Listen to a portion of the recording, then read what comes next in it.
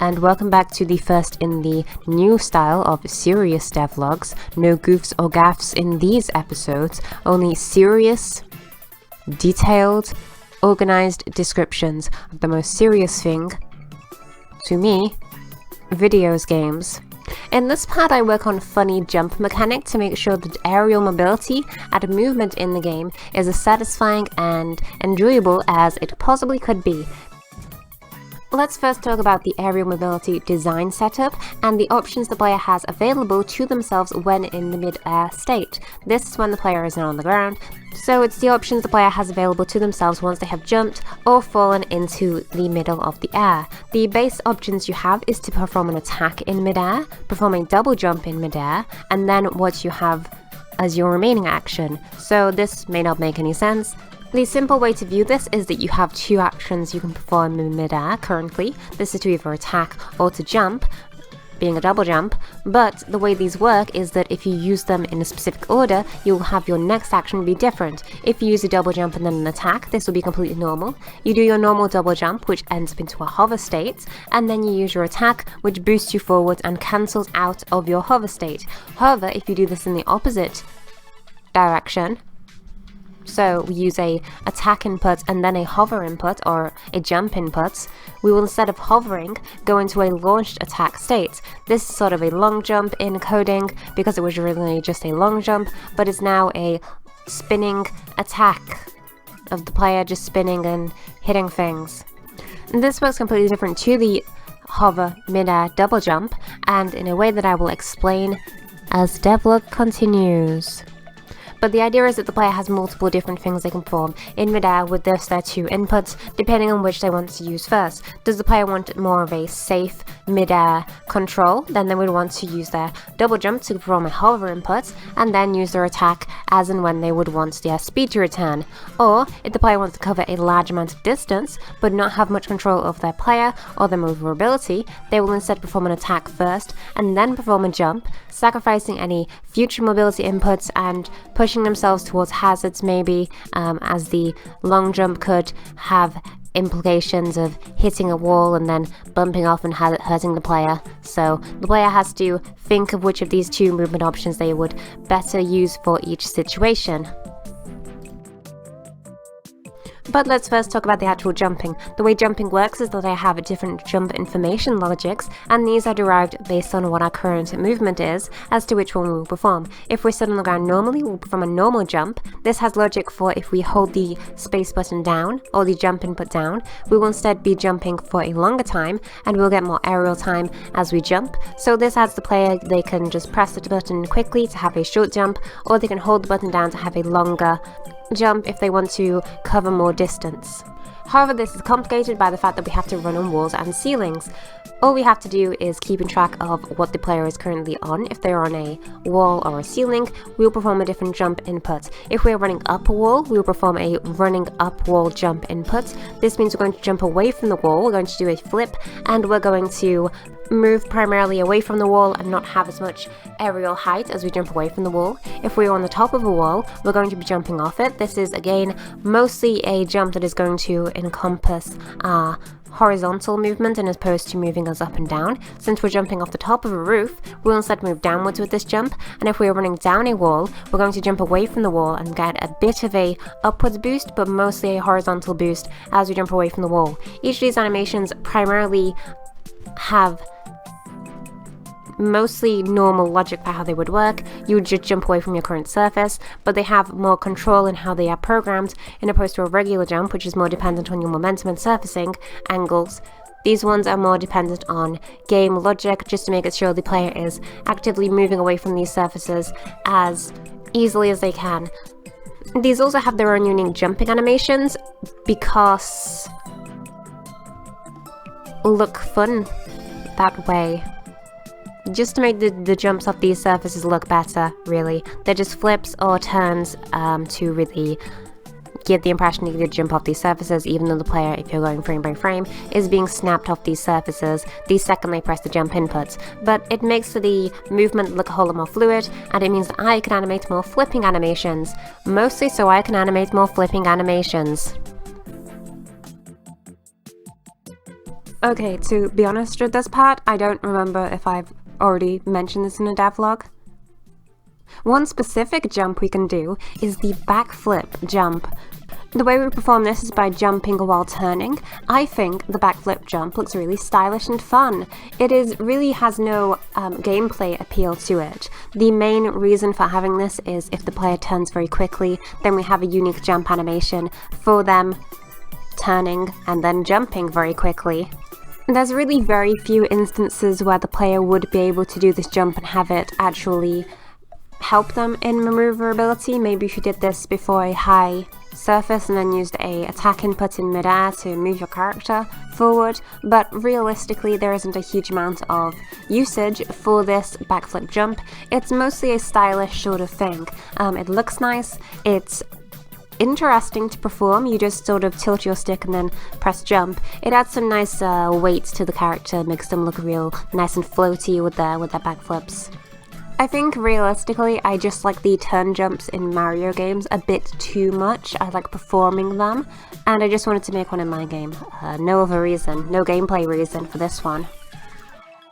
Let us now talk about the animation, specifically the way that falling and working in midair works. The reason for this is that it is a little bit complicated because it works with a lot of different poses to make falling and moving in midair more dynamic for the player. So instead of having regular looping animations, we have a bunch of different poses, and these work with a bit of different logic to them. The main ones are if we are moving forward or if we are not moving while in midair, we will have a lerp between two different animations. This is the version where we are moving completely down and the version where we're moving completely forward. So these just add a bit of tilt to our character as we are moving, depending on which animation we are currently on.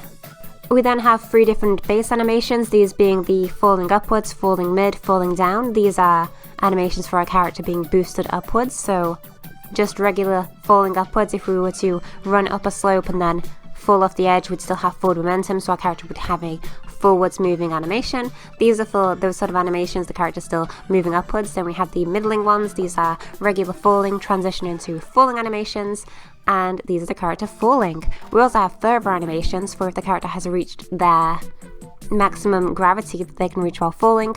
We will have a system that will then lerp them into a more extreme falling animation over time. Since these are just static poses, I wanted it to make it so that the player isn't constantly stuck in one static animation if they were falling for an extended period of time, which really wouldn't occur in-game, but it's useful to have just in case the player clips out of bounds. At least their character will look nice while falling.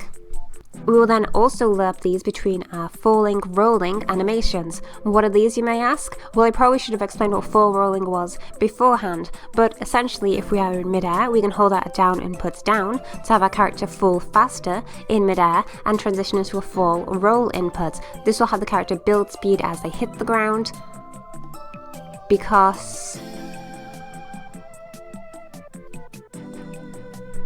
fun looking. There is absolutely zero gameplay intensity to having this animation play, or just using this animation in general, or using this technique. This does not help gameplay at all. But it looks nice to have the character blend between these two poses. You can hold down and have your character sort of dive faster and move faster while going downwards. Maybe it will help in a speed run, or maybe not at all. It mostly just looks nice visually, I think. All we do if the player is moving down, we will tick an input, and then if the player has been holding down for an extended period of time, they will transition into an air state for falling down, and then they will have an animation lerp tick, checking how long it takes for them to change between their falling down animation and their falling up animation. This is tilting the body to go downwards. We then have logic for when the player is falling down with their down inputs. This is very simple, we just have a different aerial state, as in the character is falling downwards, so they will move faster. This means that our motor script will lerp their gravity faster, making them fall faster. Then, if the player lands while in this state, we will add some speed to their velocity to make it so they have a landing roll and make them move forward after this state, so they lose a bit of control, but they can also do a nice little roll while they land. We'll also blend into a rolling animation, so the player has a different animation for falling while in this state. No real usage for this mechanic, it just looks nice. Other mechanics you can do in midair is trigger into a hover state, or an attack state, or a long jump state. The way a hover mechanic works is if we press our jump input in midair while not attacking, our character will do a double jump, and then they will go into a hover state. You can only perform these once per aerial movement. If we bounce off something, this will be reset, so if you were to do a double jump into a bounce pad, you would be able to double jump again, or if you did a double jump into some kind of booster in midair, you would be able to double jump again, but this is just a once per mid-air state. This is the character flipping and then inflating their hat. I really like the animation for this. It is a sprite swap done very subtly, I think. If you go frame by frame, the character's hat is replaced by the inflated hat model sprite. But I also shrink and morph the inflated hat to look like the regular hat is just inflating, when then we flip the models and the character is using their inflated hat instead of their regular hat.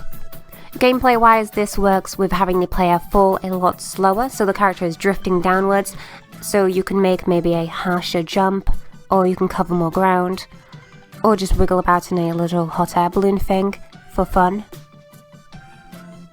You're essentially sacrificing speed for more aerial mobility and more time in air. From this state, we can use our dash input to move forwards, and when I say dash input, I mean attack inputs. Dashes and attacks are basically the same thing. We use our attack input to move forwards. I will talk about attacks in the next devlog because they're their own unique thing, but we can use our attack to move forwards. This propels our character forwards if we are holding our inputs tilted. We can also change direction, so if we are moving forward, that being to the right, if we're moving to the right and we press our input to the left, we can dash to the left, and vice versa. This gives our character a boost of speed, moves them forwards, attacks anything in their way, and then has our character regularly falling. However, if you were to use your attack input before you used your double jump input and then jumped mid-attack, this will launch our character into a long jump state. This is a complicated animation state and a complicated movement state based on everything it can do. The long jump state is a spinning with our pan that is on the character's back. We're spinning with our pan, we're hitting everything in our way, and we're dealing damage to anything in our way. We're stopping if we hit anything that can't be broken with an attack input, for example a metal object or a hazardous wall. The benefit of this state is it moves very quickly and it covers a lot of ground, with the issue of this state being that you have no control of your character, only slight movement control, and if you collide with anything you're not supposed to collide with, as in a hazard or a wall or a metal container you can't hit open, then the character will be dealt damage. And by damage I mean they'll just be knocked backwards. They won't actually be dealt damage. The character will say, "Oh no, I've made such a blunder," and move backwards and be pushed backwards relative to what they hit. So it's a risky movement mechanic, but you have to really plan out when you're going to use it. I'm not actually sure with the long jump technique if it is something I actually want to use in-game. It feels a little bit complicated for a regular movement mechanic and the kind of thing which doesn't really have a lot of usage in mid-game. A compromise I have to the long jump technique is a similar technique, but instead of doing damage as we're long jumping, we will instead stop the second we hit something, play an animation of us swinging at it, and then fall normally. So the long jump, instead of colliding with walls and being bonked off them, we will instead have to have a lot of mobility, but then if we do hit something, we're risking our mobility and we're just falling normally. So the reason for this is we could use it to hit an object that is far away from us, but then having to fall once we have hit the object, versus our current long jump, which is we can damage everything in our way and having the risk of colliding with things and bumping off them. Finally, we have our slam attack. I like this system. It's really fun, it has a nice animation for it, and it is satisfying to hit things with it. As I have said, I will go over combat next week, so I won't really talk about how this works combat-wise, or why there is even combat or damaging things, because that's a whole complicated mess. But the way this works is if we press our dash/attack input while holding down in midair, we can then do a slam attack. This halts our character, we have a bit of momentum kept, but this is only moving at most 1 unit in front of our character if we're going very quickly, but at least it's going to be around 0.5 if you're moving at regular speeds, and our character just slams completely down, damaging everything below them, and once they hit the ground they have a recovery state, they play an animation, they play a effect, and they play a sound effect for hitting the ground. I think this is very satisfying and fun to do. It's nice to smash through objects, it's a useful movement mechanic to instantly swap your character mid-air, but it also has a risk of being that you can't cancel out of it, and you're stuck just falling down. And that's about it for this devlog. I really like the aerial movement mechanics. I think in games, if you have a lot of good movement mechanics for mid-air functionality, it's very satisfying and fun. I'm currently pretty happy with how the game works right now with mid-air movements. I can tell I enjoy it because when I play other platformer games, I forget that they are not the game I'm making, and I keep trying to use the mechanics that I have designed, and I keep dying. In the next episode, I'm going to talk really extensively about a barrel for 20 minutes. It's going to be a doozy.